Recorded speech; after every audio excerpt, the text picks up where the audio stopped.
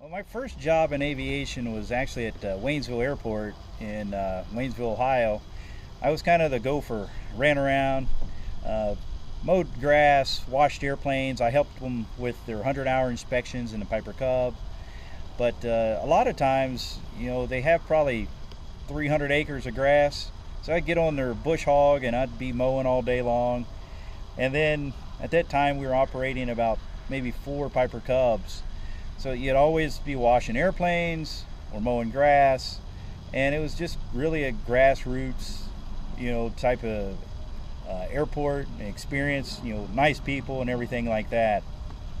And then I worked at an airport over in Dayton, Ohio, at Dayton Wright Brothers for ASI, and I pumped gas there. I was a line guy, tugging airplanes, tying them down, different things like that. And I also worked at Clinton County Airport, where I did the same thing. And a lot of times, when you're younger, you can take jobs like that and you kind of trade work for flight experience. So I got to mow grass or wash airplanes, and in return, I got to go fly the Piper Cub for an hour or two.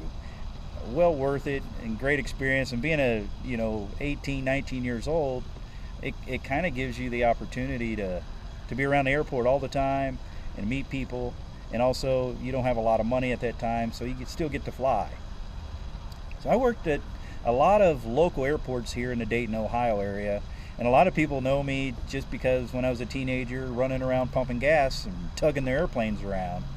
But now they know me as a barnstormer, flying around in biplanes. So after I did my line work and different things like that, my really first line job was at Skydive Greene County, where I flew the Beech 18, Cessna 180, and also a Twin Otter and a Casa.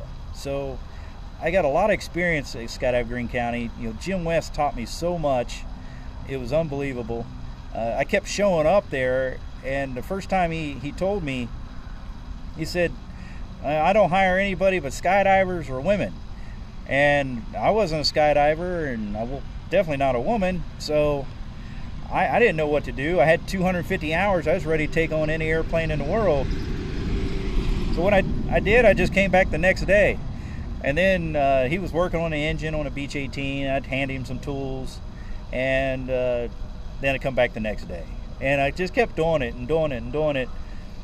And he kept giving me these little odd and end jobs to help him with the airplane or engines, and pretty much started disassembling some engine for him, putting it back together. And then he said, well, if you think you're going to be here flying, you need to get in here and start learning how to taxi this thing. Sure, I've been flying a Piper Cub. I got my multi-engine. And we got that big R985 started up, and the engines are shaking and rumbling and making all kinds of racket. I tell you, it's an experience that I'll never forget. We started taxiing the airplane. I took it to the end of the runway and I turned it around and I started taxiing back, and the airplane, I ground looped it at about a jogging speed. It went 90 degrees and almost went through the front of their hangar. And Jim, he grabbed the controls, stopped the airplane, he starts laughing at me. He says, well, everybody does it. You just got to learn how to do it now. And that was the last time I ended up ground looping the Beech 18. But that was sure a experience, and he taught me a lot. I don't know why I ground looped going at walking speed, but I did it. I ended up flying there for 4.5 years. I built up a few thousand hours. I got a Casa type rating through Jim West and Paul Faird. I flew, all over this country, and many, many skydivers know me. So it was a great experience and great opportunity for me when I was 20, 21 years old.